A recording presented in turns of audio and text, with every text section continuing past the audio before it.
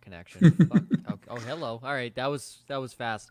I almost just started the show on a swear word. That would have been interesting. Here we go. Cut. Welcome into No Punt Intended, presented by Club Fantasy. I am your host, Joe Zolo. As you can see, if you're watching the live stream with us here Wednesday nights, you can see the one and only Joshua. We can't exactly stay 6 feet away from Josh because StreamYard doesn't allow it. But Josh has the COVID, which is why he has his mask on to start. Joshua, you are free to leave it on if you'd like. Oh, God, no, I don't know. How muffled does it sound over the microphone? Honestly, just not at all. Not at all. No? All right, well, I'm going to take it off because I can't breathe with this thing on. So. All right, fantastic. Man, don't perpetuate that. So, Dude, I have to wear these things at work for like 8 hours at a time, so I'm just like, terrible. Oh, God, I wish I had a job. Joining me, as always, the COVID-free Ryan Weiss and the COVID-positive Joshua Hudson. And, Yeah, I'm on COVID IR this week. Sorry, yes, guys. COVID IR, but Josh joins us from afar. And joining us for the first time on the show, you probably know him from his fantastic Twitter feed, Jake Trowbridge. How are you, buddy?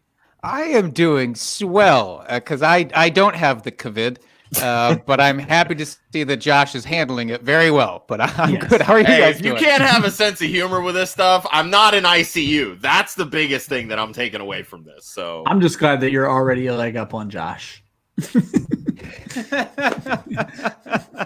Baby steps here. All right. Let us recap a little bit here. So quick news, of course, 3 up, 3 down, upsides, downsides.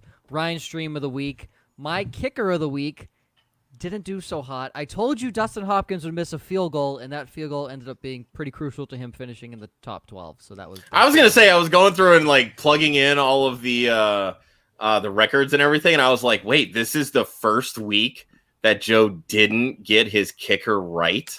I was like, that's it. He's fired. He's done. Screw it. Here's the thing. Here's the thing. I called Dustin Hopkins would miss a long field goal. He missed it from like 45 plus, I believe. I expected him to make a little more, but if he made that 45-yarder, it would have pushed. What you him get for into the banking top on a football team player? Yeah, well, right. I'm banking on a football team player as my save. upside running back this week, so we'll get to that in a little bit. And then, of course, my blurred lines and spoiler alert, I'm banking on the football team and my blurred lines pick as well, so that's going to be. Oh goodness, that's dangerous.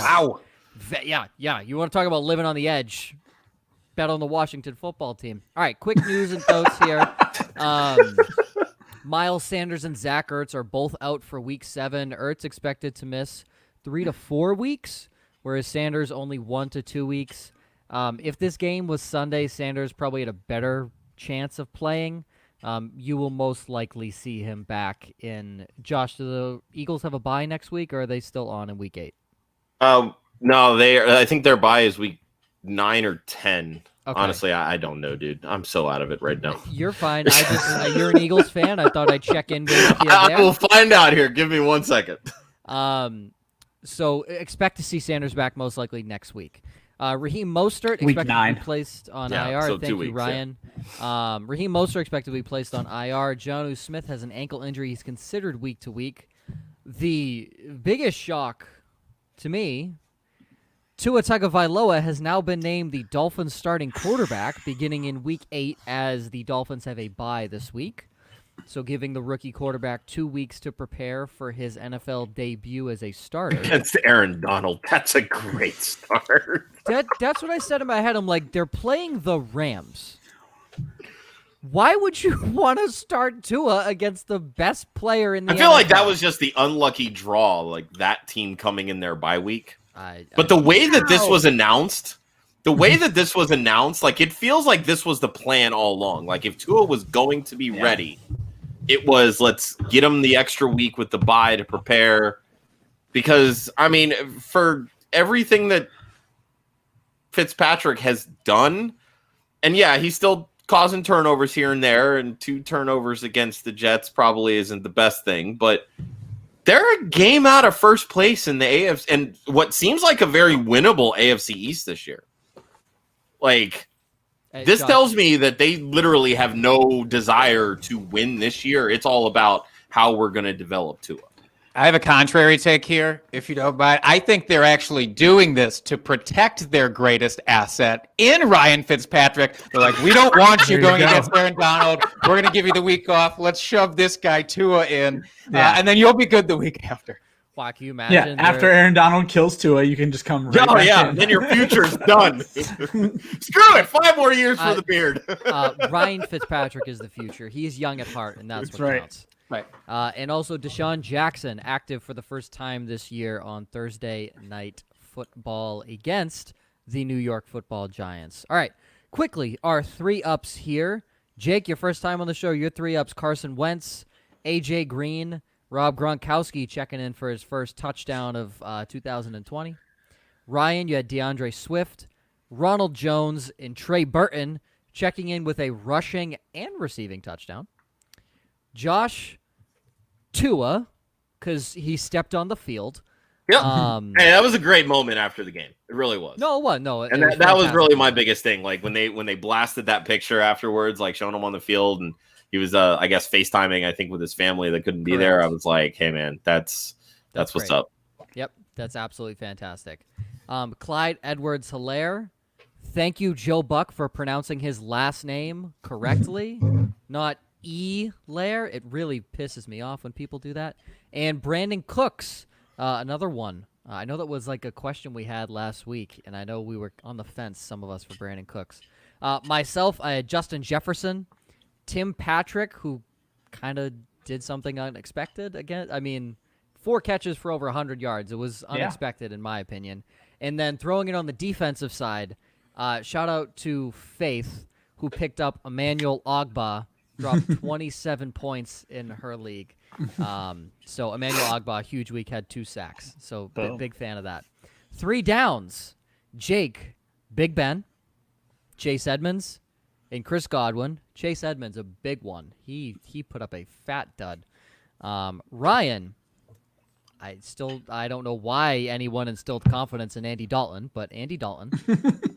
Mike Evans, and Alexander Madison. I will say, the Cowboys' offensive line is non-existent right now. Absolutely non-existent. So Dalton is playing with that. Hurts. But Carson Wentz he's got the same problems. Yet everybody wants to crucify him. Yeah, but Carson Wentz goes into the season with a bad offensive I was line. told recently that Carson Wentz is basically Andy Dalton. So, I mean, no. I'm just saying. This is what I've been told. So, I mean, no. I mean, they both kind of have red hair. kind of right. They both haven't won a playoff game, so there's that. Except one has a Super Bowl ring. I mean, not playing in it, but sure.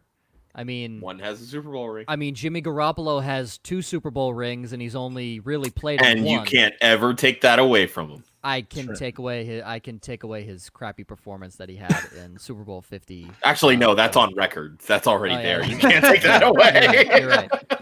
Josh, your downs. You had Juju Smith-Schuster, Mecole Hardman, which God. Yeah, that was a big dagger right there. He put up a goose egg, right? Nothing. Nothing. Goose egg. I had him in my captain slot, my DraftKings lineup. Oh, Fun they time. appreciate your donation. And Aaron Rodgers as well. Myself, I just decided to choose 3 teams. The New England Patriots. Oops. What the fuck? The Dallas Cowboys. This is why you stay away from large spreads. No. It's not even the fact that they like missed the spread. It's the fact that they look like a Pee-wee football team. They look like a Pee-wee football team. I'm putting most of the blame on Josh McDaniels. What an awful game that he called on Sunday. The Dallas Cowboys, Mike McCarthy's the biggest elephant at the circus, and the Green Bay Packers forgot how to play football after the first 2 drives. Yeah. Yes, and actually, Jake, I didn't have my 3rd down. Then I saw your background, and I'm like, "Ooh, the Packers sucked after the first 2 drives this week." Yeah, they sure did, and I, for one, appreciate it being brought up on this podcast. Dude, I mean, and I was sitting there because I'm like, I wasn't sure because Tampa, I believe, was plus 2.5 at home going into it, and I'm like, it's intriguing, but Aaron Rodgers has been cooking on all cylinders this year, and he's coming off a bye week. Like, that screams Green Bay is going to, at least put a game together. You get Adams back. There was just so many things that were working in their favor, and then they got boat raced. Here was the interesting stat for me. As great as Aaron Rodgers has been this year, of the quarterbacks that started this week, he had the second worst fantasy performance. Wow. Behind or in front of only Drew Lock. Which, he's coming off of an injury. You wanna know how painful it is that Drew Lock had the worst fantasy football performance and his team still smacked the Patriots. Smacked. It wasn't even close.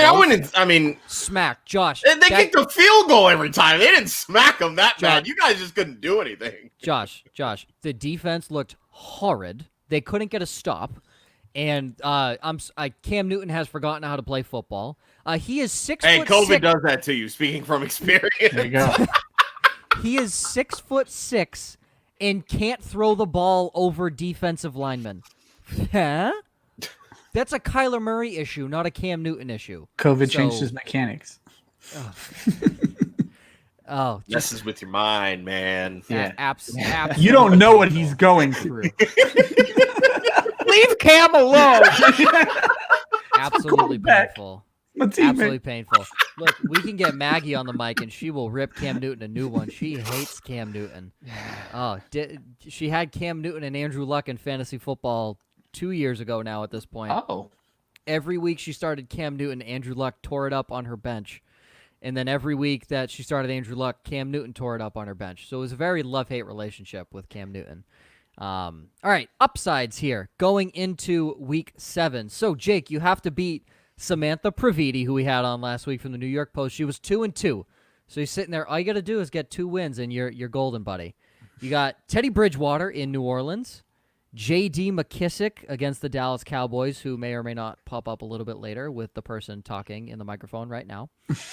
Russell Gage against Detroit, and Austin Hooper in Cincinnati. Ryan, you were 3-1 last week, improving your overall record to 9-14-1. You have Daniel Jones Thursday night against the Eagles. Justin Jackson at home against Jacksonville. Wow, that is a mouthful. Jackson against Jacksonville. Travis Fulgham on Thursday night against the Giants. And we're back. Logan Thomas is back on the stream of the week train, ladies and gentlemen. Get ready for a 1-catch, 2-yard performance. But if he scores a touchdown, he'll still be playable. Still be playable if he scores a touchdown. Logan Thomas, Ryan's stream of the week at tight end and his upside tight end. Josh, goose egg again in the upside column here. I would just like to point out my tight end pick last week. I knew was going to be an L, but I call it a win because he did have 1 catch. That is fair. You did have Daryl Daniels. Maybe you had COVID last week, and that's what happened. That's true. Yeah. Oh, I tested positive Sunday, so it's very possible. That's what I'm saying. Yep. Tested positive for a low bar as well, apparently. My goodness. Listen, you are not wrong, Jake. I threw Daryl Daniels in my lineup just to throw Josh a bone. And then didn't he make the first catch of the game? He did! I got excited! He did. He then made 0 catches afterwards. So it was a very disappointing night. Josh, this week you have Gardner Minshew in Los Angeles against the Chargers, DeAndre Swift in Atlanta, T. Higgins versus Cleveland at home, and Dalton Schultz in Washington against the football team. Myself, I was 3-1 last week, 13-10-1 overall. I have Joe Burrow at home against Cleveland, McKissick home against Dallas, Mike Williams home against Jacksonville, and Robert Tonyan in Houston. Let us start here with our upsides, and Jake, we'll focus in because 2 of us had picked J.D. McKissick, and I had saw you put him in there before I even hopped on. I've seen McKissick has slowly, every single week, scored more fantasy points, and Dallas is bad. So, what more would you like to say on J.D. McKissick? He's only in for like 50% of the snaps, so he doesn't have a lot of snap count. Does that worry you at all, going into this week? I'm not worried about the snap counts with him because I know what Washington is doing with it. We know what his role is. I'm not expecting him to come out and be the lead dog in that backfield. It's just the dude gets peppered with targets every single week. And this is one of those examples of where like you can't really align yourself with what the coaching staff should be doing. Because yes, maybe they should be giving the ball to Antonio Gibson all the time, but they're not. They're not doing that. And so you have to stop hoping for that and just look at the paper and go, look, this guy's getting basically 8 targets every game here. I'm taking that for any running back right now. And I don't care if he scores a touchdown or not. And he's free. He's out there in every league. So yeah. And you're right. I mean, Gibson is the lead dog, quote unquote. But at this point, though, is he? I mean, I think when it comes he to should be. We all know he should be. He's the most talented of all of them. But this is also a guy that, has very limited snaps at running back. He's still learning this position. Yeah, and he's a good pass catcher. Limited touches last year as well. Yeah, exactly. Yeah. I think McKissick could arguably be the best receiving back on the team because that's been his MO his entire career. When he was with Seattle, he was a receiving back. When he was in Detroit, he was Antonio Gibson's a former wide receiver. I understand. Catching out of the backfield is different than running routes. That's all I'm saying. I wonder how much you're of this... still running routes when you're catching the ball out of the backfield. Catching swing passes are different than catching slant patterns. That's all I'm saying. I wonder how much angle routes are different. I wonder how much of this was Darius Geis and his mishaps, that they had an idea coming into this season how they wanted to use 2 running backs. And ideally, Gibson would have been in that McKissick role, but then he had to slide into the runner, and then McKissick slid into the receiver. So, wouldn't you think they'd plug in Peyton Barber into that? I'm not. Well, he's trash. So. I was about to say we all see Peyton Barber run the football. That's not a pretty sight.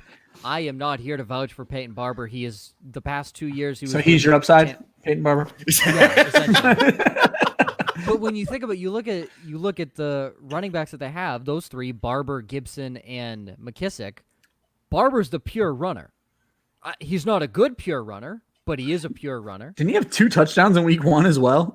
He did. They were little garbage touchdowns, little short yardage touchdowns. So I would think that they would have plugged him in there and put Gibson in that role that they already have planned for him. Yeah. Maybe, I mean, Gibson's not a small guy by any means, so I really don't know. That entire team and that entire backfield is a mess. The only sure thing apparently is Terry McLaurin. Doesn't matter who his quarterback is, right. He's still gonna produce points.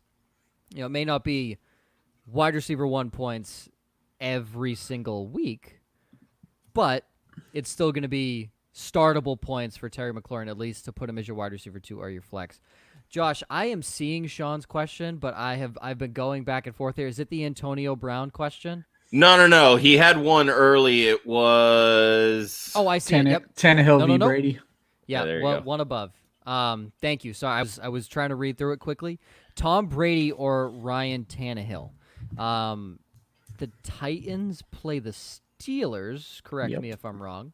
Yeah. And the Bucks are, I believe, Sunday night in Las Vegas. Correct. Brady definitely has the easier matchup. Yeah. So if you're going the matchup route, I would go Brady. Here's where, and this is like one of the few nuggets of research I was actually able to do this week before just like everything kind of shit the bed for me. So Ryan Tannehill right now, under pressure, has the 2nd highest passer rating in the NFL. The Steelers have the most sacks. They just lost Taylor Lewan, their left tackle, for the year. But he has 7 touchdowns to 0 interceptions. Steelers lost Devin Bush, too, or maybe I'm saying, I don't remember. I get the 2 guys confused. But yeah, Devin Bush. Okay. Yeah. Yep. So, but I mean, they still have Watt. They still have Bud Dupree. So, they can Cam Hayward. They still can get after the quarterback. Yeah, they're fine. So, I mean, this is basically like one team's strength against another team's strength. And right now, I don't think you can say that Tom Brady is matchup proof the way that he's been playing this year. It's been very up and down. Tannehill right now feels that way. So, I mean, I'm trotting Tannehill out. I have 0 issue with it. He's actually one of my plays this week in my confidence plays, which is coming out tomorrow morning. But again, if you want to go the matchup route, Tom Brady, I'm all for it. I'm fine with starting Tannehill. I don't think you can really go that wrong either way. Jake? I'm going to have to go with Brady in this scenario because, not to spoiler alert too hard, but I am down on Tannehill this week in general. And it's in part because of the pieces that may or may not be missing and the iffier pieces for them. Like, I don't know, what do we expect from Jonnu? Is he going to be trotted out there? And what do we expect from Corey Davis? Even I know we shouldn't speak the name Corey Davis probably because the fantasy community Corey Davis will season. Come on, man. Stop. Corey Davis season. I'm all about it. In general, so I'm nervous about I'm as nervous about that as I am pretty confident in Brady's weapons that have returned. He didn't have to use them against my poor Green Bay Packers, and so that's why his stats were not as inflated as they rightfully should have been. With Chris Godwin back healthy now and Mike Evans out there and Gronk getting involved, like, I have zero issues with the weapons, and I do think that the Raiders are going to be able to keep it more interesting. Just in terms of a back and forth. So even though that's hard to say, again, after watching Aaron do what Aaron did this last week for the Packers, I'm still more on Brady. Ryan? Yeah, it's Brady for me. Every quarterback not named Cam Newton has done well against the Raiders, and Brady's just going to keep doing that. So keep in mind, too, they're also really bad at stopping the run. This could very easily be a game where they lean on Rojo. I mean, they've been leaning on Rojo, and Brady still hasn't played terribly. Yeah. I am waiting for a Ryan Tannehill game, and this just feels like one. So I'm gonna go towards Brady. Ryan Tannehill's not this good. He's not this good. At some point the guy has to. I kind of think he is at this point. He's not. He's not. Remember that one year Alex Smith was QB2 in fantasy football? We all know who Alex Smith was. Wasn't that Andy Reid's first year in KC, though? No, he was a couple years into KC, I'm pretty sure. That was Alex Smith's second to last year with the team, I believe. Might have been the last year. That wasn't the year that Reid joined the team. But I'm just saying, Tannehill and Alex Smith are game managers. Yeah. So I'm sorry. Tannehill's looking better than a game manager at this point. That's all. He's been managing extraordinarily well. Exactly. At the very least. I got to give him that credit. I mean, I'm just waiting for it, and I think this is the week. I'm Brady. I think I said it earlier, but I'm Tom Brady. Another one from Sean as well. Pick one at a PPR flex. Jerick McKinnon, Justin Jackson, Darius Slayton, or Juju Smith-Schuster. I will answer off the gun here, and I will lean Justin Jackson. Jake, I'll go to you first. I'm actually all about Slayton this week on that Thursday night matchup against Philly. I would be torn a little bit between Justin Jackson and Slayton, but I'm just leaning a little bit more towards the complete abomination that's going to be through that first quarter for the Giants. Just destroying Philly. At least that's my hope there. And he'll get like 2 touchdowns during that time. Yeah. Josh? Justin Jackson. Darius Slayton, he's going to get the Darius Slay treatment this week. So, ooh, that's true. Ryan? Justin Jackson. If you saw what DeAndre Swift did last week, you saw what Justin Jackson's going to do this week. Speaking of DeAndre Swift, Sarah on Facebook asking, would you flex Travis Fulgham over Antonio Gibson, DeAndre Swift, Jamison Crowder, or Robbie Anderson as a half-point PPR? I'll start. I would find a way to get Fulgham and Swift in your lineup. That's just me personally. Ryan, I'll go to you. I would find a way to get Fulgham, Swift, Crowder, and Anderson into your lineup. And Anderson's going to go off this week. Crowder, you don't bench, especially in any form of PPR. Swift should have a good week, and so should Fulgham. Fulgham would be the one that I benched if I had to bench one of them. There's no way you would catch me benching Crowder or Robbie Anderson this week. Jake? If anybody out of that, I would be benching Gibson at best. And if you just are really excited about watching somebody on Thursday Night Football and you want an excuse to put somebody in, cool. Exactly. Put him in over Gibson, but don't put him in over anybody else. Yeah. Josh? Yeah, I have Robbie Anderson as a fade this week, mostly because I think he's going to see a lot of Janoris Jenkins, and Jenkins has actually been the better of the two corners for the Saints. But all bets are off because he's a fade, and it's a Teddy Bridgewater revenge game. My biggest issue with Fulgham is with Djax returning, we really have zero clue how they're going to use him. And I mentioned this in our show earlier in the year, like the way that the Eagles were using Deshaun Jackson was more as the X receiver, which he's not. He's more of a Z. Like, let him run straight, let him run those deep routes. So if they keep him as a Z, which is what John Hightower was running, exactly, then he's going to have free reign, and then Fulgham is going to play the X, and he's going to end up seeing a lot of James Bradberry. And Bradberry's actually been very solid this year as a corner. So it's kind of like, yeah, maybe, but the way that Carson's been force-feeding him the football, it may not matter. Yeah. So McLaurin was 7 for 74 against James Bradberry. I know I would not be starting Gibson. I will say Yes. that, but I don't think you can go wrong really with any of the other four. Yeah, 100% agree. Cooter Doodle, our friend over on Periscope, says Love Cooter. We had Matthew McConaughey on the snow. We gonna get some impressions here, Jake? All right. By the way, dude, shout out, man. You've been killing these impressions lately on Twitter. They've been fantastic.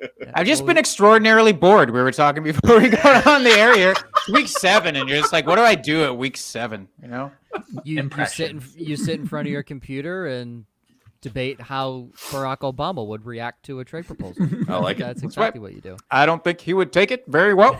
And so I think if you give him a bullshit offer, he's going to give you some whip back. There you go. Most likely. That would be my guess. I don't think Barack Obama takes any shit from no one. Okay, quickly, I just want to fly through this. I don't want a reasoning behind it. I just want a name so we can keep going through here. From Steely McBeam over on Facebook. Josh, I'm starting with you. It's a half-point PPR. David Montgomery or Kenyon Drake? Monty this week. Jake. Montgomery. Ryan. Montgomery. David Montgomery. Kenyon Drake's going to go back to inside of his shell. And DJ Chark or Terry McLaurin? Josh. McLaurin. Shark worries me this week. Jake. McLaurin. Can't sit him. Ryan. McLaurin is my wide receiver 1 this week. Oh! McLaurin Kyle Allen at quarterback? That's ballsy. McLaurin is playing Dallas. Yep. You play Terry McLaurin. DJ Chark's going to see Casey Hayward. So you play Terry McLaurin. Yeah, no, that's around the room Terry McLaurin and David Montgomery for you. All right, moving on here, Josh. I wanna get to your upsides because you put up a goose egg last week, and so you want my opinions this week? That's dangerous. Yeah, kind of. We want to get them out of the way early so we can move on to the real one. What I want to know, because I actually, to spoil my quarterback downside, I have Gardner Minshew as a downside. Ooh. So, why do you feel, I guess, different from me? Obviously, myself. So taking the cross-country trip out of things, okay, over the last 3 weeks. Which is a giant factor in this it can, absolutely. I mean, sure. we saw how the weather affected the Chiefs game that nobody really saw coming. Because, I mean, everybody and their mother, us included, were hyping Mecole Hardman last week. The Chargers over the last 3 weeks have allowed the most fantasy points to opposing quarterbacks. Yep. And on the season, they have allowed the third most. Okay. Gardner Minshew has been steady, if underwhelming, in terms of where he's at from a fantasy perspective. Like the first 4 weeks, he's been QB 12. Over the last 3 games, he's QB 14. His ceiling for me is like QB 9 in any given week, right? He offers the scrambling ability. They're going to get Shenault involved. I have, oddly enough, I have DJ Chark as a downside, or not downside, excuse me, but a fade this week. Just, you mentioned Casey Hayward. The Chargers have actually not been great guarding wide receivers, as witnessed by the fact that they give up a ton of points to quarterbacks. But Chark has just been so hit or miss. Like, he had 14 targets last week and 45 yards. Like, they're just not connecting right now. I don't know if it's just the injuries that he's dealing with the ankle and he's not hitting the routes the same way and that's throwing off the timing with Minshew, or what it is. But regardless, Minshew's going to find somebody. I mean, he found Keelan Cole last week. So I just think that there's upside just in terms of the situation that he's going in. Yeah, the cross-country trip, we've seen it affect people, but we've also seen it not phase people. So I'm going to take the numbers on this side of things, and I'll say that Minshew has at least top 15 upside, but it's probably somewhere in the 9 to 15 range. That's very fair. It was, you said the last 3 weeks, the Chargers have been number 1 at giving up fantasy points to quarterbacks? Yeah. They've missed Melvin Ingram the last 3 weeks. Is he back this week? He is potentially back. He's trending towards playing. If anything, Anthony Lynn said he'll most likely be on a snap count, but even then he'll be in on a snap count on those passing downs. Yeah. So he's going to be rushing the quarterback. And they didn't have Jerry Tillery. Okay, so that enhances Minshew's scrambling ability, which we know he does so well. You have Bosa, Jerry Tillery, and Melvin Ingram coming in on you. Like I'm just saying, like he's going to be facing. Well, look, we all expect Justin Herbert's going to go off this week, right? He's going to absolutely. I mean, he's probably a top 6 quarterback this week. So what does that mean? That means that Minshew's going to have to throw to keep them involved in this game. Most definitely. I mean, it's the same thing that's been happening with Joe Burrow, and Joe Burrow's been a top 15 quarterback this year. Most definitely. So what you're saying is be cool when it comes to the beginning in the fourth quarter. Yeah. He has not delivered the way that you wanted it to yet. Give it 15 minutes. It's going to happen. That's it's going to be like Kirk Cousins this week. Throws 3 interceptions and then shows out in the fourth quarter. Yep. It was tough because that stream of the week pick made you nervous in the first half of that game, didn't it, Ryan? I was heartbroken. I was like, wow, I don't think I've ever missed this bad. And then he brought me back. I was going to say, I actually started Cousins over Tannehill in one league where I lost Dak Prescott. And seeing those first 3 interceptions and then seeing Tannehill blow up, I'm like, son of a bitch, Ryan's going to get an earful. And I was like, all right, he made up for it. It's okay. He only outscored him by 4 points. So I'm like, all right. You want to know how my betting day went on Sunday? I normally not good considering your Patriots pick. Yeah, that was not good. But outside of that, I tend to do a lot of prop bets, and I hit I think I've done the math. I hit 70% of my prop bets normally, so I'm fairly up. The prop bet one of the prop bets I went with this week was Kirk Cousins to throw less than a half of an interception. Oh Jesus! The first pass. We are 2 minutes into the game and Joe has already lost money. Yeah, come on, Kirk. That was so terribly rude. Yeah, Josh, it looked like you're about to say something. I don't know if you're about to cough or you're just. Well, now I am. Thanks for bringing that up. Nailed it. All right. Quickly, I want to talk about Robert Tonyan. If Anthony Ferkser can light the Texans on fire, so can Robert Tonyan. That is my sole argument for starting Robert Tonyan this week and having him as my upside. Anthony Ferkser is the 3rd-string blocking tight end for the Tennessee Titans. He had 8 catches for 127 yards and a touchdown. I mean, to be fair, the defense probably was like, dude, you're blocking. Why are we covering you? Listen. Probably. But why? It's like there's a lot of mouths to feed in that offense. Derrick Henry ripped for 200 yards. Yeah, that's and Ferkser still got his share. Tonyan's going to eat. Aaron Jones is going to eat. Broke my heart for Jonnu. Yeah, Green Bay's going to drop. Oh, what could have been? Oh, man. Yeah, that was a dagger. That was a big dagger. Green Bay's going to drop 60 on Houston this week. No doubt in my mind. Jake just got a little half chub going. Yeah. It's well beyond half, my friend. I have in my notes also Rodgers is pissed, and a pissed Aaron Rodgers is no fun to play against. 505 touchdowns. Let's just get it out there right now. And hey, 2 of them can go to Big Bob Tonyan. So there you go. Big Bob Tonyan. 3 of them will go to Devontae I thought Adams. It was Bobby Tonyan. That's what they harped on during the broadcast. It was Bobby Tonyan. They don't speak for me, Josh. Okay. Yeah. A question from Cooter Doodle over on Periscope. She's asking, what are our thoughts on the Saints-Panthers game? She says she's excited to see Teddy back in the Dome, and I believe one of you guys said it was a Teddy Bridgewater revenge game. Revenge game, because he was the backup, and they They passed He was over 5-0 for them last year. Yes, they passed over him for the elite Taysom Hill. And don't forget Jameis Winston.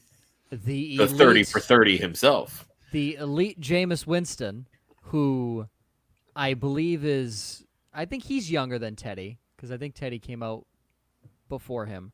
Teddy, I think, is 27. Winston's 26. Okay. And then Taysom Hill is 30. I've never thrown a passing touchdown either, if I'm not mistaken. Who intercepted Peyton Manning to win that Super Bowl for the Saints? Because Sean Payton doesn't deserve a Super Bowl championship. He really isn't a good head coach. Like he can't win in crunch time. He's been like they've had the best team in the NFC probably the last 3 years, and have done nothing with that. Yeah, exactly. You've had arguably the best receiver in the league in Michael Thomas, one of the best all-around weapons in Alvin Kamara, a solid front seven and solid secondary, and you're blaming. First off, the refs did blow that call, but you had not scored in the red zone that entire game. What made you think you were scoring a touchdown? Going back to Stephon Diggs' miracle. Let's not forget the Stephon Diggs miracle. Dude, oh my God, that's the worst one. Just push him out of bounds. What are you doing? My favorite, going back to the Taysom Hill thing, my favorite stat that came out was right when Jameis signed, Jameis had already thrown more touchdowns to Saints than Taysom Hill had. Yes, that was great. That was great. That was amazing. The stuff that reporters dig up, I love it.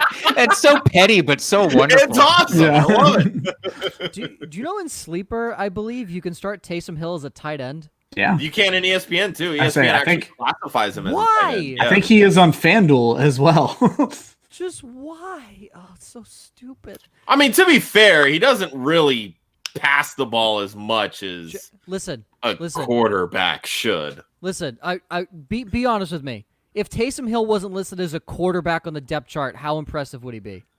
He's not impressive as a tight end either. Not impressive at all. This is my point. Everyone is fascinated with Taysom Hill because Sean Payton, you guys sipped at the exact same time, and that was weird.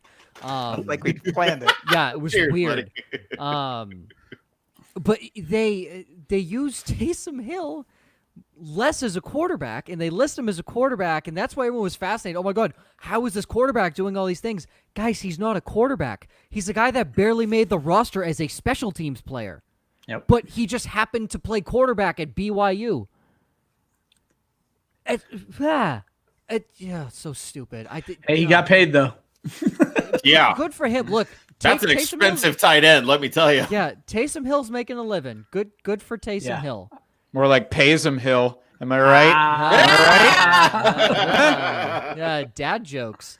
All right, another question over from Sarah on Facebook. This is actually an interesting one because I believe I think Josh, you have him as an upside in your. I have both of these guys as plays. Plays, yeah, that's why it's interesting. So, David Johnson or DeAndre Swift in a half point. Says she has Chris Carson, who she feels is a must start. I think we all agree on that. I'll go to Josh last here. Ryan, I'll start with you. I'm just checking. I don't even remember what I have David Johnson doing this week. I lean Swift. I'm big on Swift right now, so I would go to DeAndre Swift. Okay, Jake. I'm actually looking up to see who Houston plays this week. I don't even know who they Green play. Bay. The Packers against Green Bay. Oh, that's right. Oh, God, fire up David Johnson. Come on. Our run defense is awful. It's patently awful. We need to have Jake on more because he's a self-loathing Packers fan. Whenever they do horribly, knowing that they're a good team, and I'm a self-loathing Patriots fan when they do horribly, knowing that they're coached by the greatest coach of all time.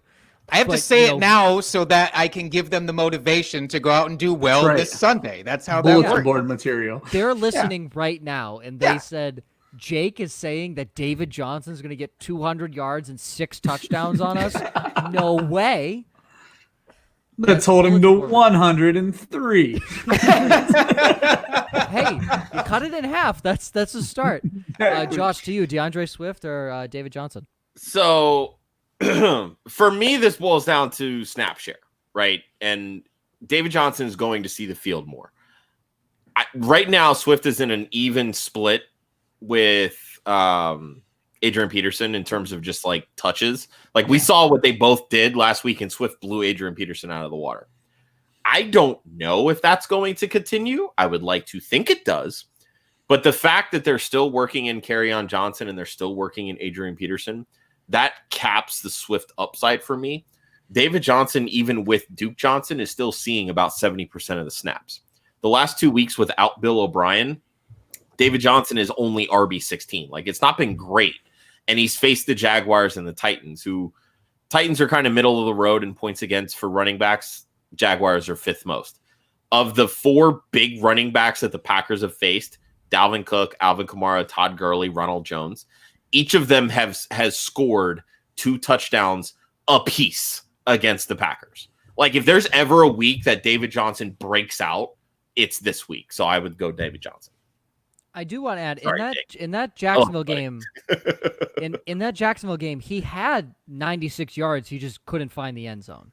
So like he was producing on the ground from a football standpoint, but 96 yards in fantasy, you're 4 shy of 100, which in most leagues gets you bonus points. So you're sitting there at 9.6 points, no touchdown. That's where the downside is with, or that's why David Johnson just didn't do as hot against Jacksonville. As a football game, as a football player, Johnson played well against Jacksonville. As a fantasy football player, didn't show up in the score sheet. All right, one from Sean again over on YouTube.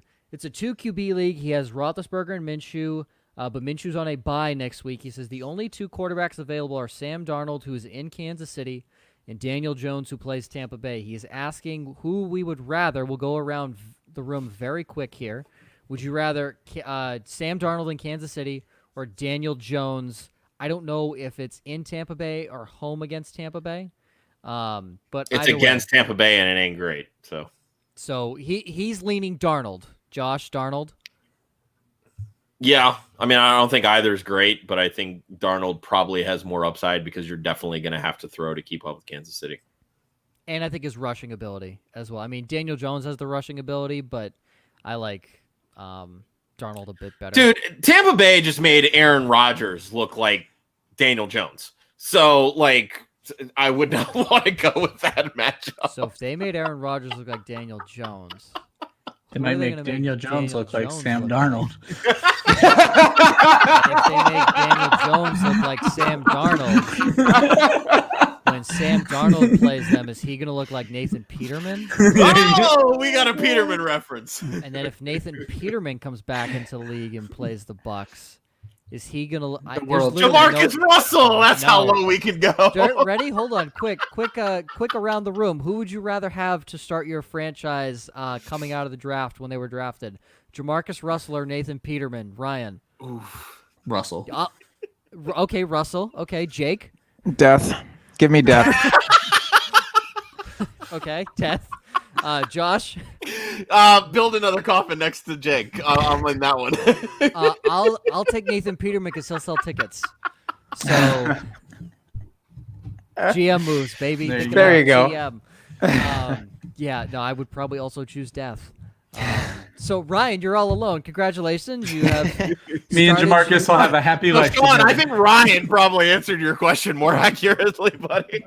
Yeah, no, I mean, I will say kudos for looking that far ahead. Not a lot of fantasy managers do that. Yeah. So. Sean, they're both bad quarterbacks with bad matchups.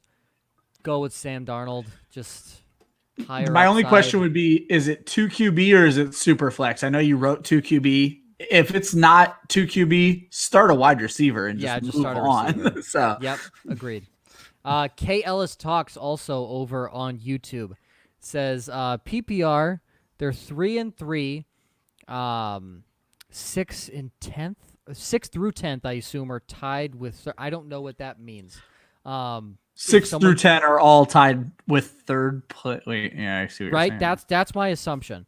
But anyways, so what I'm getting at is it's a very competitive league that a lot. Yeah, let's just go with that. that. I believe so. Yes. So teams looking: Deshaun Watson, DJ Moore, DJ Chark, Allen Robinson, Robert Woods, AJ Brown. Tim Patrick. I assume Tim Patrick, Dalvin Cook, Derrick Henry, I'll go there. Miles Sanders, Joe Mixon. How do you have those running backs? Whew. Phillip Lindsay, Alexander Madison, and Mark Andrews. Would you trade DJ Moore and Robert Woods for DJ Chark? And No, Woods or Chark. Oh, Woods or Chark for Calvin Ridley.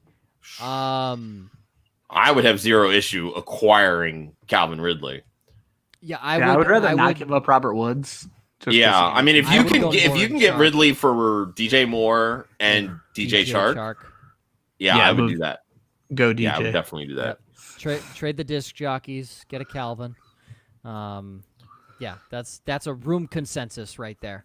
If you can do that, that's definitely a big move. Calvin Ridley, definitely showing that his ADP preseason was definitely worth it, and he's very much outplaying it because he was in the high teens, I believe. It's funny that coming into the season, we were having basically the same conversation about Jay Moore and Calvin Ridley, and one has really proven us right, and the other has really proven us right. Because we thought Ridley would outperform, and this show did not think DJ Moore would outperform. So, correct. All right. Shout out to Aaron Larson. He definitely put up a good fight on the DJ Moore front. So. Yes, he did. He's admitting defeat for the most part too. So I mean, it's still look. We're still about a third of the way through the season, give or take. So look, there's still time. And the last couple of weeks, he is not a top 10 wide receiver. I think because he doesn't have a touchdown upside. Yep. So in Josh, once I read my last downside, I'll bring up if we want to take an early victory lap on one of our friends at the Fantasy Footballers. All right, on to our downsides here. Jake, this is a tougher one. Samantha was 3-1 last week, so got to show out this week. Big shoes, man. Yeah, and your downside starting bold with it. Ryan Tannehill home against the Pittsburgh Steelers. James Robinson in Los Angeles against the Chargers. Cooper Kupp home against the Chicago Bears on Monday night, and Darren Waller home against Tampa Bay on Sunday night. Just so everyone knows as well, just so I can reiterate it, how this goes, upside, downside, for your upsides, quarterback has to finish top 15, running back top 24, receiver top 36, and if a tight end scores double-digit points, we count it as a win. Obviously, if they do the opposite of that, it's a downside. So there's how you do that. Ryan also boasting a 3-1 record last week. You have Jared Goff home against the Bears. Jerick McKinnon, I believe that is in New England. Yes. Allen Robinson in Los Angeles. Wow, we really hate this Bears-Rams game. Yeah, I noticed that. Yeah, watch it be like a 9-6 game. Yeah. And then George Kittle, the big fish right there, going up against New England. I second that opinion. I give you all the credit in my little write-up I did for it as well. I said, Joe told me they stop your weapon, and they held Kelsey, they held Waller, they're going to hold Kittle. Yep, especially with no Raheem Mostert in the backfield, all eyes are going to be on George Kittle. They already are, but we'll get into that. Josh, last week you were 2-2, better on the downsides overall as well, 12-10-2 overall. You have Derek Carr home against Tampa, Devonta Freeman in Philly on Thursday night, Tim Patrick home against the Chiefs, and Richard Rodgers, who I had no clue he was still on a football team until you listed him. He is the Philadelphia Eagles starting tight end this week with Zach Ertz and Dallas Goedert being out. Until tomorrow, when Dallas Goedert rises like the Undertaker. Yeah. God, if only. Man, so myself, I was 1-3 last week. So I'm right with what I say. They just don't finish outside of their respective positions. I said Aaron Jones was going to have a pedestrian week. And he had a pedestrian every running back outside the top 4 had a pedestrian week. Yeah. No, but I mean, Aaron Jones he barely cracked the top 20. But again, top 24 counts as a loss when you're looking at your downsides. So I am 7-15-2 overall. I'm just happy I'm not jinxing receivers anymore. Knock on wood. That's what I'm happy about. My downside, we already said it earlier. Quarterback Gardner Minshew against the Chargers, traveling cross country. I am doubling down on the Tampa Bay defense and putting Josh Jacobs as a downside. Ooh. I will tell you why.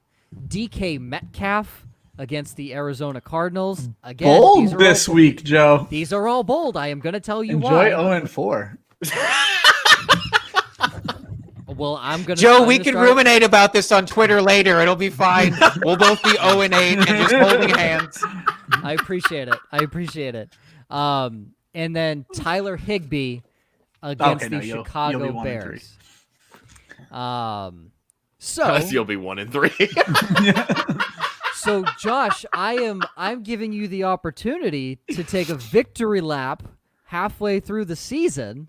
Ooh. Because our buddy over at the Ballers, Mike the Fantasy Hitman Wright. I refuse to take victory laps in the middle of a season. I won't do it. all in on Mr. Higbee. I refuse to do it. I won't do it. But he's only had... and I did say that those would probably be the only touchdowns he would score, and I'm true so far. But again, all it takes is one game. We've seen that. So I'm gonna keep my mouth shut, and I'm just gonna let it go, and then I'm gonna be the most obnoxious person on Twitter afterwards. Yeah. He has never had a game this season outside of Philly more than 3 receptions. So keep that in mind. All right, so let me do my quick explanations here because I know I always go bold here with these picks. I already talked what Aaron Jones did last week. 41 total yards and a single touchdown. That was Aaron Jones' saving grace. He was 3 for 26 through the year, so without the touchdown, he had 7.1 total fantasy points.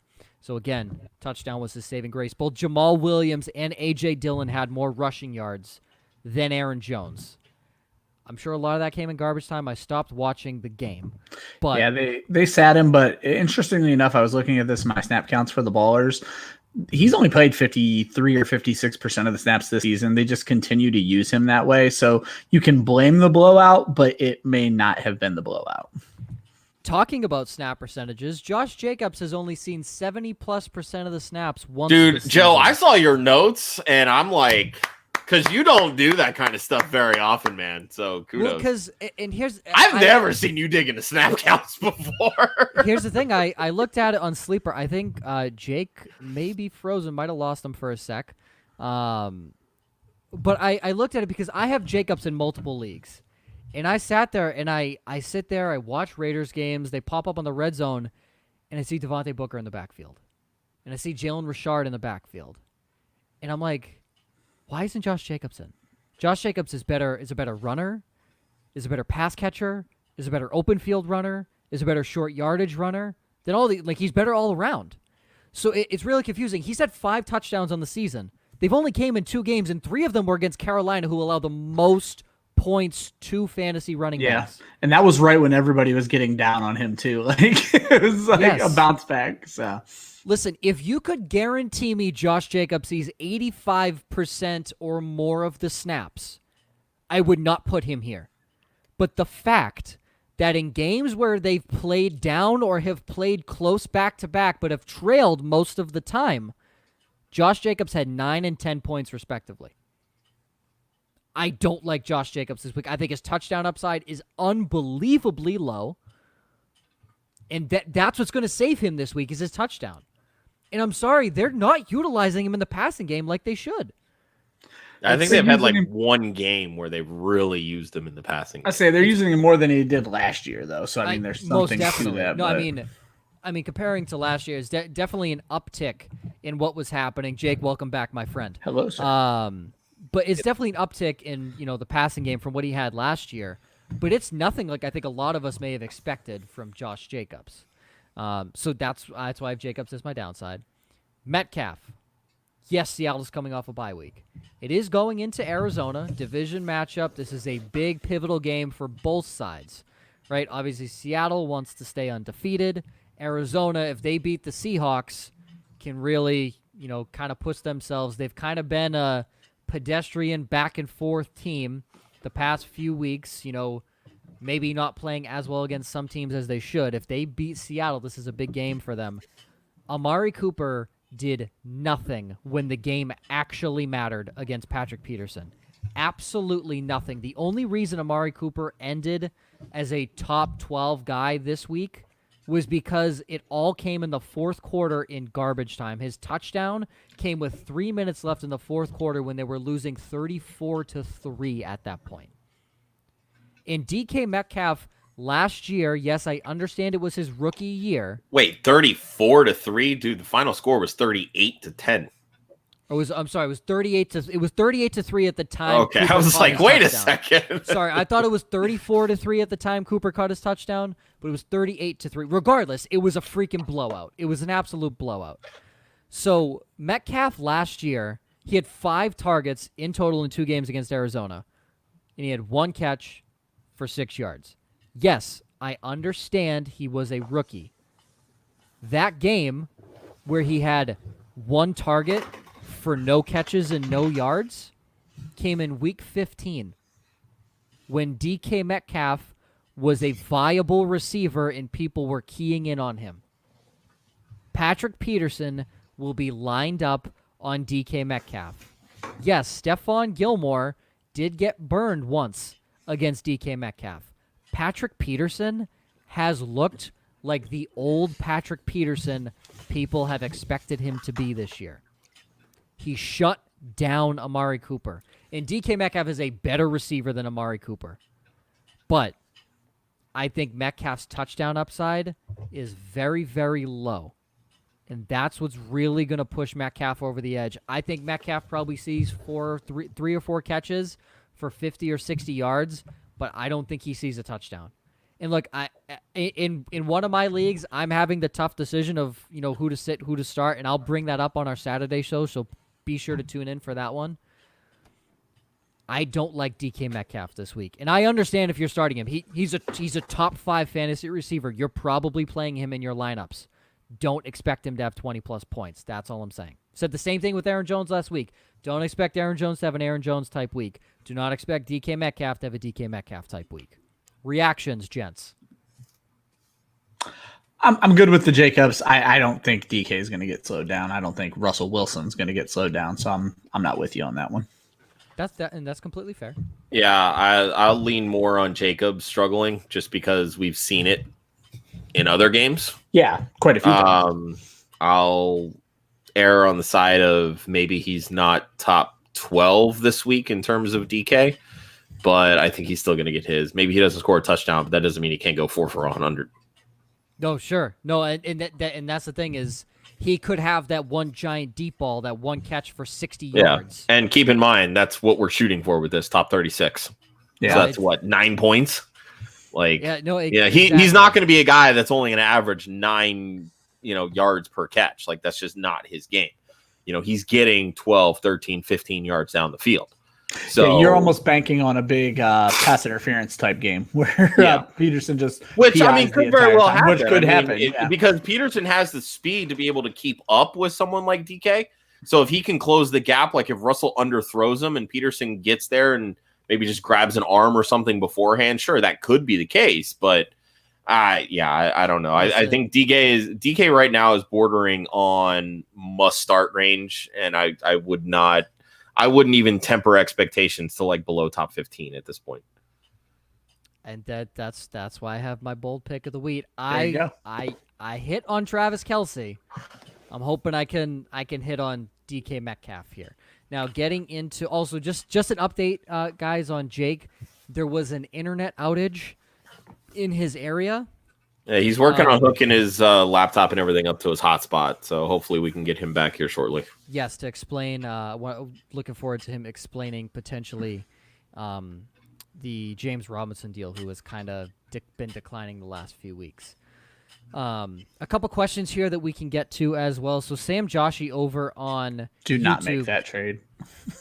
Do you trade Justin Jefferson and Antonio Gibson for Mike Evans? That is a hard pass. No. And a hard pass from Josh and a hard pass from myself. You should be looking to move Mike Evans in any league which you have him that is a redraft league. You do not try to acquire him.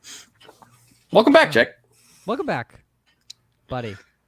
Hopefully we got I'm you happy this to time. be. Oh, no. The kiss of death. Also, I do want to preface that I did say don't draft Mike Evans before the season. Just hopefully that trend continues, that he's not going to, continue to play well, but Brady's noodle arm clearly is not faring in the favor of Mr. Michael Evans. Yeah, unless you only have to throw a 1-yard touchdown. Yeah, exactly, because what does Evans have? 3 of his touchdowns have came within 2 yards or something. Yeah, something like that. Yeah, and they're all jump balls. I mean, I would also throw a jump ball to Mike Evans. He's a very tall man. Another one over from YouTube from Connor LaRose, Jimmy Graham or Rob Gronkowski. So we'll start there. It's a full point PPR. Jimmy Graham or Rob Gronkowski. Ryan, we'll kick it to you. I don't know off the top of my head how the Raiders do, but Jimmy Graham's on my stream of the week list, so Jimmy Graham. Okay. Josh? Say that again. I'm sorry. Jimmy Graham or Rob Gronkowski? I guess Jimmy Graham, but I don't love either, honestly. So I'm sitting there. I kind of Gronk is on my fade list this week, so probably dial him up. That's kind of my thought process at this point. I don't think Vegas is great at covering tight ends. I think Gronkowski's good for a touchdown. Graham is probably matched up against John Johnson or Taylor Rapp. Hot and cold, honestly. Rapp fills the box and is a hard hitter. I don't really know how well he is in coverage. Vegas has been great against the tight end, except when it was Travis Kelce. So it just depends on which Gronk you think they're going to show. And that's I think Jimmy Graham is the safer play because you know how he's used in that offense. Yeah, they gave up 2 catches for 16 yards to Ian Thomas, trash. 2 catches for 13 yards and a touchdown to Jared Cook. Nothing to the Patriots, nothing to the Bills, and then Travis Kelce just went bananas for $108 and a touchdown. So the Bills and the Patriots don't utilize tight ends, so we'll add that in there. There was something that a local radio host in Boston on the Sports Hub had posted. Devin, is it Asi? Is that how you pronounce his last name? I believe so. He put a few screenshots up of that last fourth quarter drive. Asi, there was no one within 10 yards of him in the flat. They just won't throw him. Didn't throw him the football. Yep. I don't know if it's a personal disagreement. Last time I looked, they are averaging 2 targets per game to their tight end. Yep. And it's mostly been Ryan Izzo. Ryan Izzo had 2 catches and he fumbled one of them. I love our tight end situation. Hooray. But yeah, Jimmy Graham, and then Tom Brady, Big Ben, or Derek Carr in a full. Well, it doesn't matter, full point PPR. None of them are catching a pass. Ryan, to you, Brady, Big Ben, or Carr? I can't bench Big Ben at any point right now. He's just playing out of his mind, and Chase Claypool's playing out of his mind, and I'm not benching Big Ben. Tennessee's hot and cold. You got to hope you catch them on their cold week. I'll go Big Ben. Josh? Yeah, I think I would lean Big Ben. Even though the matchup points to Brady. Okay. A couple more from Sean. Standard League, James Robinson or Joe Mixon. The Bengals are at home against Cleveland this week. Ryan? Oh, I don't know. Well, I'll tell you this, Sean. Jake has James Robinson as his downside. Yeah, I don't love it for him either. I guess I'd go Mixon. That's a take your medicine type right there. I would lean Mixon just from how they've been using him lately. He's been popping up on the injury report of late, though, so maybe just monitor that. But I would lean Mixon. Mixon's been popping up on the injury report. Who has a higher touchdown upside? Because this is standard, right? It's not like James Robinson's going to catch some dump-off passes in garbage time. So who has the higher touchdown upside, in your opinion? I would lean James Robinson because he's the only back in that backfield, whereas we saw Giovanni Bernard take a goal line carry. Yeah. I think I'd still lean Mixon. I don't know what the Browns have given up. I'm looking it up right now. I'm also going to lean Mixon. Browns are middle of the pack. Chargers are also, they're at 22. Browns are at 18. So technically it's easier to run on the Browns. Not by much, but it is. Yeah, technically. I think the big thing is the Chargers have given up 1 rushing touchdown, I think, this entire season, and the Browns give up about 1 a game. So I would lean Mixon. Yeah, the explosion from Jerry Tillery in year 2 and then the addition of Kenneth Murray from the draft this year from Oklahoma has really shored up that front 7 for them. Yeah, actually, I thought they allowed 1. They didn't. The Chargers are yet to allow a rushing touchdown to a running back. Interesting. So have they allowed 1 to a quarterback? I don't know if you know the stat. I can find it in a couple seconds. You just keep talking. I will keep talking. That's my specialty. All right. the biggest one that I want to get to here, because Ryan shouted me out in whatever article he wrote in, George Kittle. I talked about it. I had Travis Kelce. It was 2 or 3 weeks back now. 3 catches, 70 yards. One of them was a very long catch and run, which obviously hurt what my stance was. But I say it all the time. Belichick is going to take away your best weapon. And you may ask, why wasn't anyone on Denver shut down?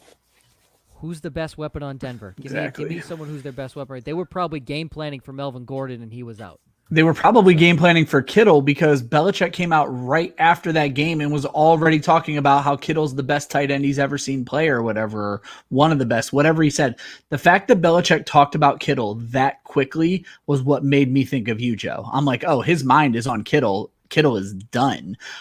They've allowed 2 rushing touchdowns to the quarterbacks. Chargers have. Burrow snuck one in and Brees snuck one in. Oh, yeah, Burrow week 1. Yep, that was his first career touchdown. Yeah, Burrow wasn't a sneak. He ran the hell out of that ball. So. Yeah, that was fantastic. But, I mean, you're 100%. I didn't listen to the post game for Belichick. I don't know if it was post game. I didn't listen to it either. It was an immediate quote on Monday where Belichick talked up Kittle immediately, and I'm talking immediately. And I'm like, okay, clearly Kittle's on his mind. And if Kittle's on his mind on Monday, Kittle's on his mind on Sunday, and we've all harped on it. Like that entire San Francisco offense runs through George Kittle. Yeah. Everything else is secondary.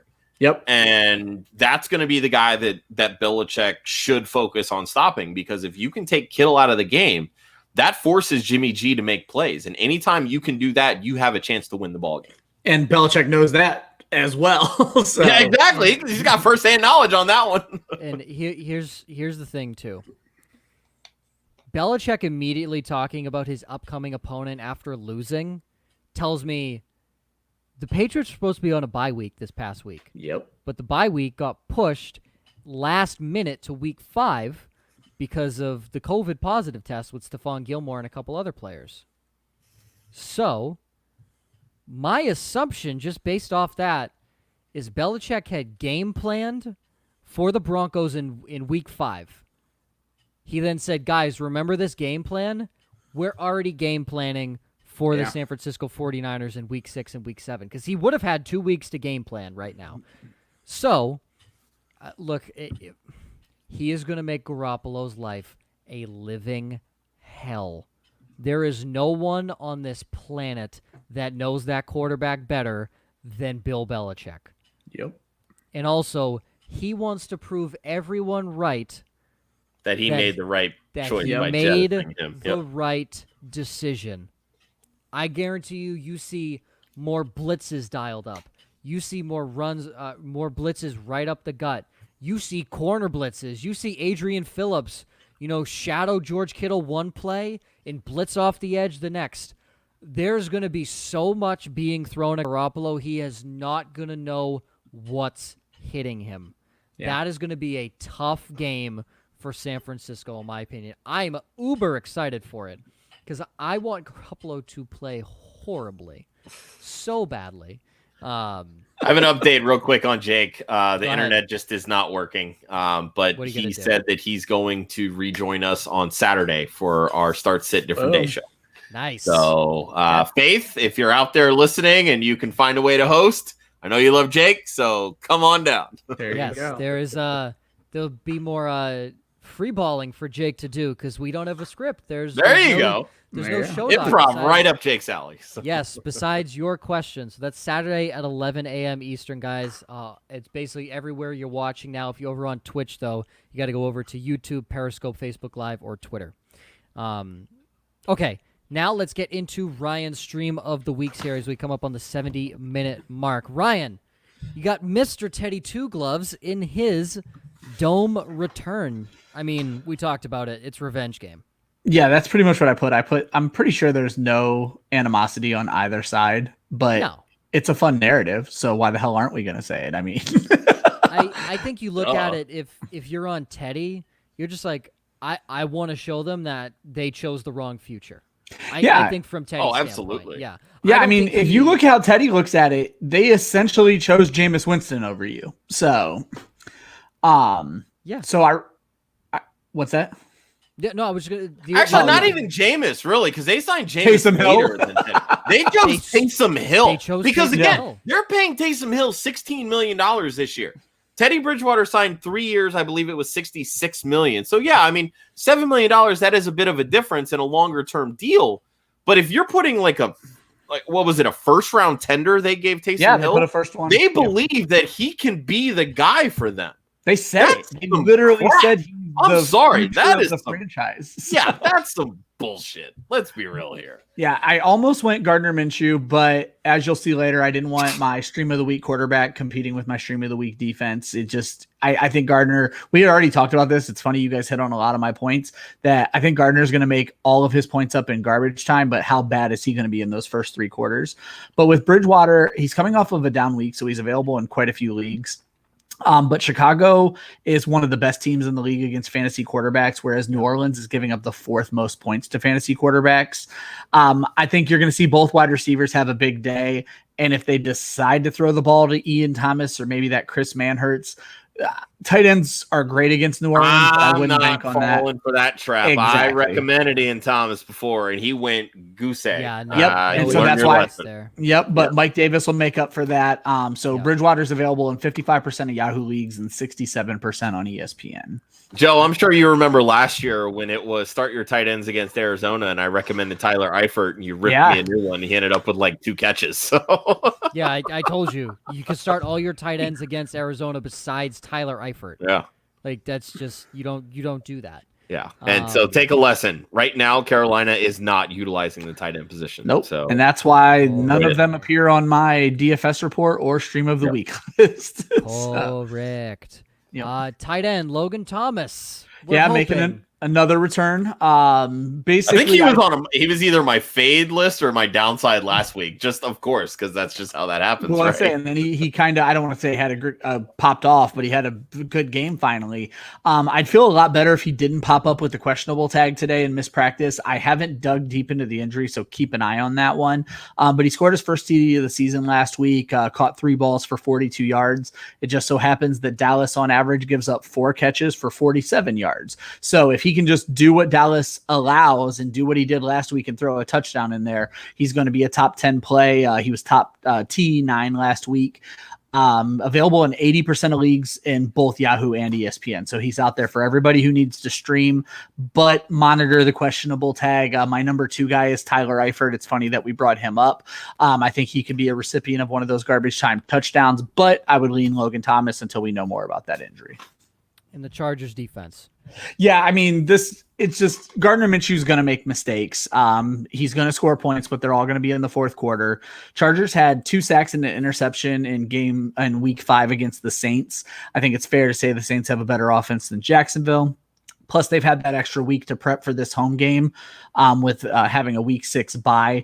The biggest thing, and we've kind of touched on this, is I think Justin Herbert's going to go off, and it's going to put the Jaguars' offense into tough positions this entire game. The Jags are allowing 3 sacks and averaging 1 turnover a game. That alone should be enough to keep Chargers in a top 10 play. They're available in 53% on Yahoo, but a whole 75% on ESPN. So there's a lot out there where you can grab them on ESPN. Nice. Before I get into my kicker of the week and my blurred lines pick, and then we'll wrap up, I want to answer this question from Karn over on YouTube. It says, hey guys, had a quick question. Who should you put in the flex? Travis Fulgham, Deebo Samuel, Mike Williams, or Juju Smith-Schuster? To me, it is between Fulgham and Mike Williams. If my average Joe picks didn't drop on a Friday, I would have had Travis Fulgham as my upside receiver. But the guy that was right behind him for me was Mike Williams.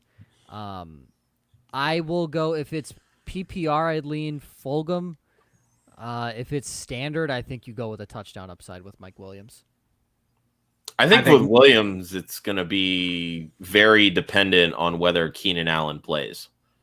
If Keenan, and that's the problem, is that Fulgham plays Thursday.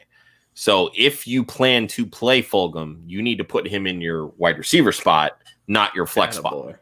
So that can be a big deterrent there as well. We've kind of touched on Fulgham a little bit, at least from my point of view, and seeing more of James Bradberry potentially.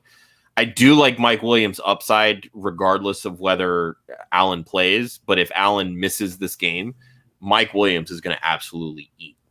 Absolutely. So I'm going to partially lean Williams. Yeah, I'm not benching any Chargers this week. Mike Williams. Okay, there's your answer. All right, getting into now the kicker of the week. 5-1, freaking Dustin Hopkins. That football team, man. Ruining the perfect streak. If he makes that one field goal, he's there. It's tough. All right. I mean, how do I not pick Brandon McManus? How do I not, right? Right? Yeah. Because he's not going to score 20 fantasy points in consecutive weeks. The guy the last 2 weeks, 18 points, 24 points. His last 2 games, he has combined for 42 fantasy points. Yeah. That's ridiculous. Like that's absurd for a kicker. And look, I'm not saying that's going to happen again, but they're playing Kansas City. They're probably not going to put it in the end zone a good amount of times, but they're going to be plenty in field goal range, or at least in Brandon McManus range, because that's in Denver. If they're anywhere over midfield, that is McManus field goal range. Easily McManus field goal range. And a lot of leagues give you the bonuses for over 40 and over 50, so that's going to help everything out there too. Yes. I don't expect McManus to score like a wide receiver, but McManus should be a top 10 guy this week. All right, and then my Blurred's line pick. Man, I really wish I knew that Bill Belichick was planning for the 49ers and not for the Broncos. 2-3-1, missed on that Patriots line last week. Went through all the lines this week twice because all of them I agreed with mostly. The only one I didn't agree with was the Washington football team in a pick'em at home against Dallas. There isn't even a line for this. It is a pick'em. And you're picking Washington to beat Dallas because it's plus 0.5. They have to win or tie. So if they tie, you obviously win money because it's plus 0.5. Or they have to win. So really, 99.9% of the time in a 0.5 situation, you're picking the team to win, regardless of the side. So yes, I am picking the Washington football team to win, and here's my reasoning why.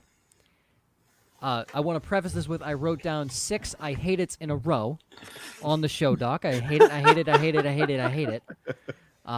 But this was the best line I could find. Remember, these all go against the analytics. All these picks go against the analytics. So, according to Pro Football Focus, the teams that I pick have a less than 50% chance, according to their analytics, of covering. So, they think Dallas essentially is going to win this game. It's not by much, but they think Dallas is going to win this game. When 2 bad football teams play each other, which one normally wins out? I know you want us to say the home team, but is there really a home field advantage anymore? No. Right? And look, home field, definitely. But look at the Jets and the Jets and the Broncos on Thursday night a few weeks ago. That was Brett Rippon, a third-string quarterback, going up against the Jets. That's all I have to say there. The better defense. The better defense and the better coaching. That's normally what wins bad football games.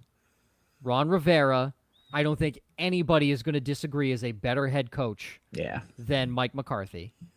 And the Washington's defense could run circles around Dallas's defense.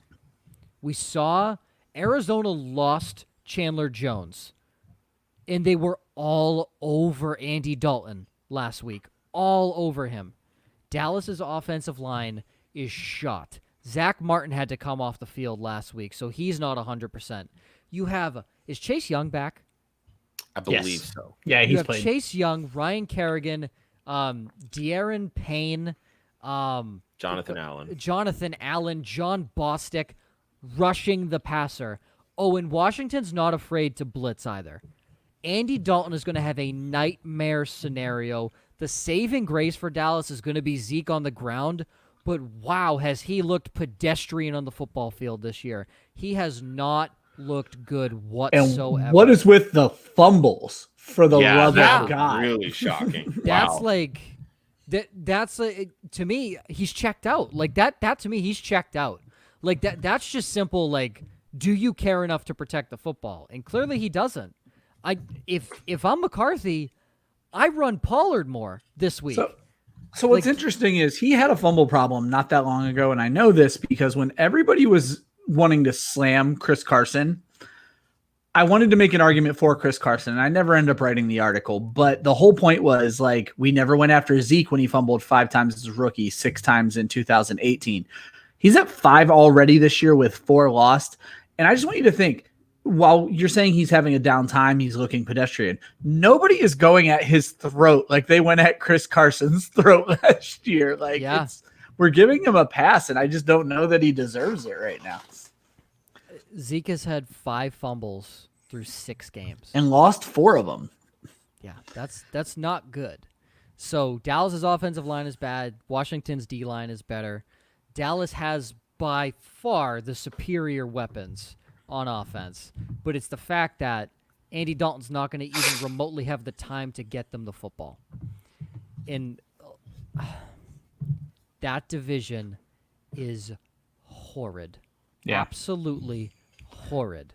Like, well, I think Josh called him the NFC least last week, which I thoroughly enjoy. Josh, let's play this game here. What's the Eagles' record? They're 1-4-1. Let's say the Giants win this. Let's just say the Giants and Washington win this week. There are 3 teams in that division tied for first place with 2 wins. At 2-5. Yeah. 2-5. Actually, technically, because then Philly would fall. Yeah, Philly still only has 5-1, yeah, so they wouldn't be it. It's a 3-way tie for first place at 2-5. Didn't this happen in the West a few years ago where sub 500 team got in or almost got in? Yeah, Seahawks got in at 7-9, and that was the birth of beast mode against the Saints in the playoffs. That's right. Okay. Yeah, too bad beast mode isn't here to bail out any of these teams. But like, just literally, let's play that game. Philly loses and Dallas loses. 3-way tie at 2-5 in this division. So when I did on my appearance last week with Sports Caffeine and Kristen and Taylor, this question came up because Taylor's a Cowboys fan. I'm obviously an Eagles fan, and they were like, "Who wins?" So I was literally going through all the schedules for each of the teams, and I had Washington and New York at 3 wins apiece. So basically finishing 3-13. Yep. And I had Philly and Dallas each at 7 wins. So Philly ultimately wins based on that tie. Yeah. So they win by a half a game.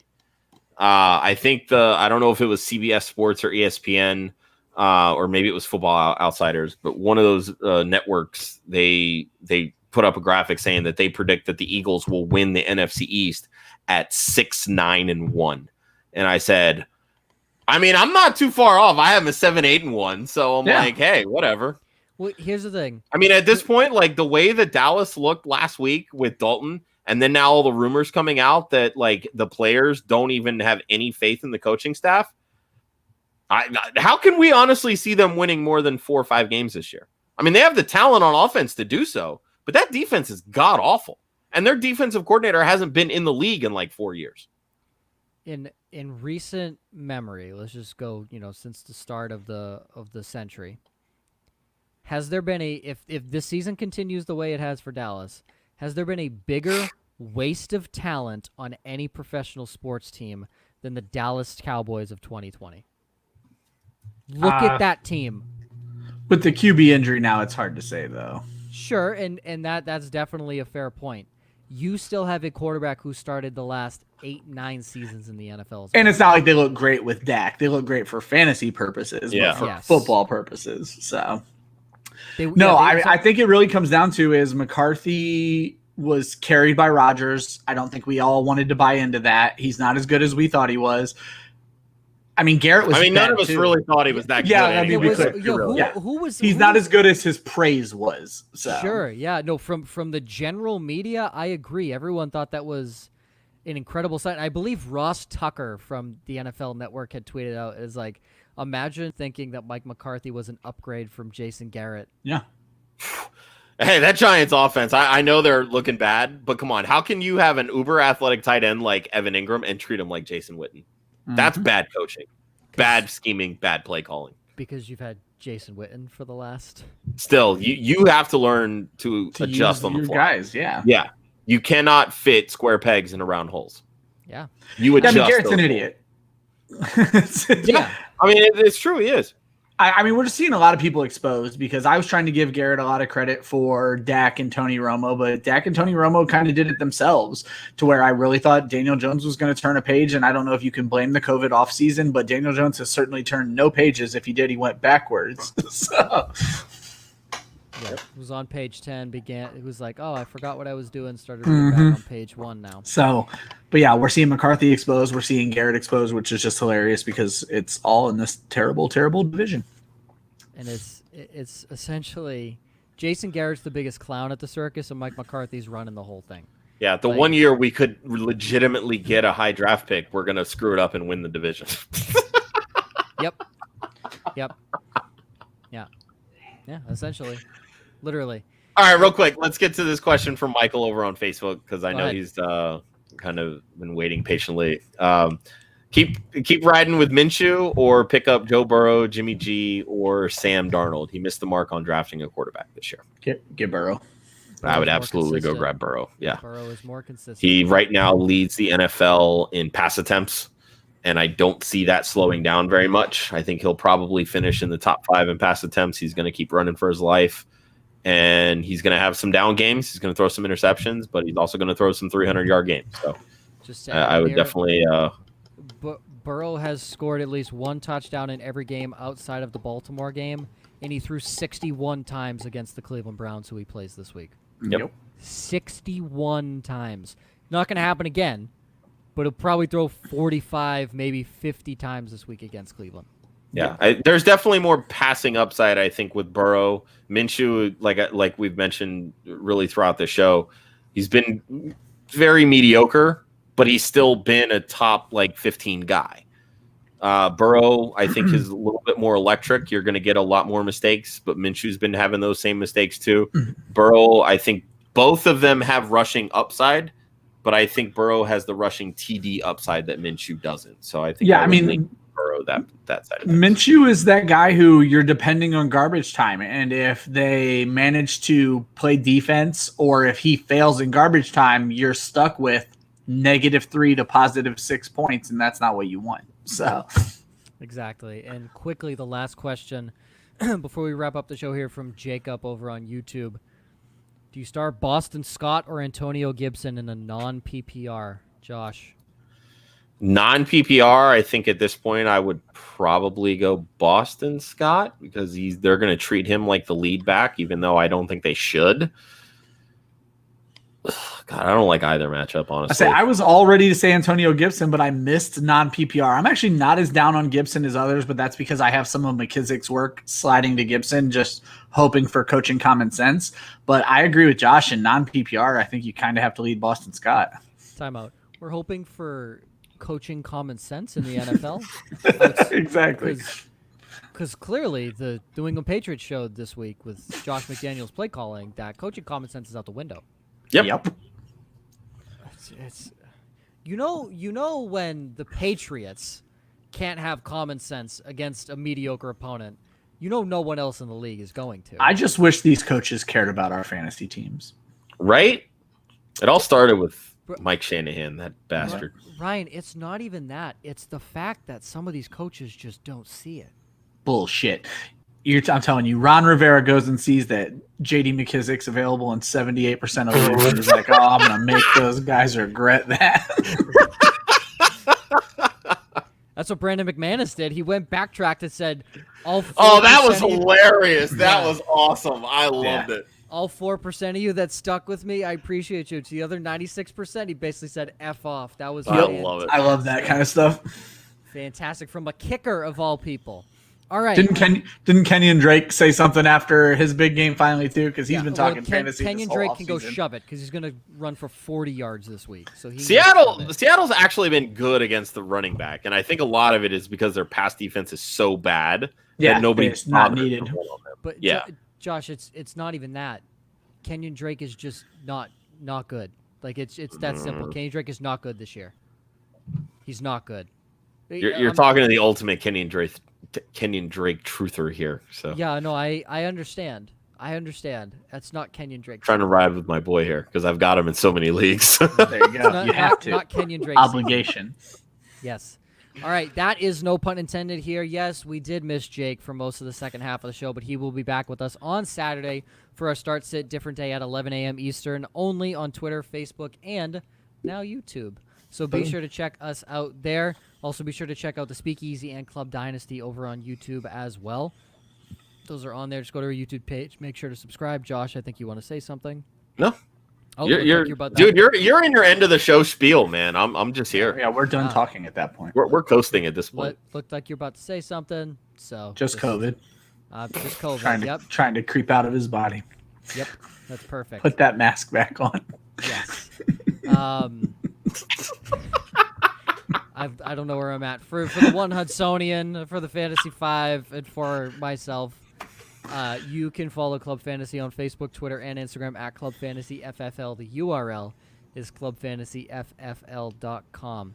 Always remember, defense wins championships, offense wins fantasy football. Join us next week for the Week 8 fantasy football preview with, oh boy, you ready? Because we had her on Week 8 of last year. Some random girl. Some random person. Don't Google her name. Stepmom Lauren Carpenter, writer with the Fantasy Footballers, Fantasy Pros, and Roto World. You know, real low life, low level fantasy name out there. No one's ever heard of her.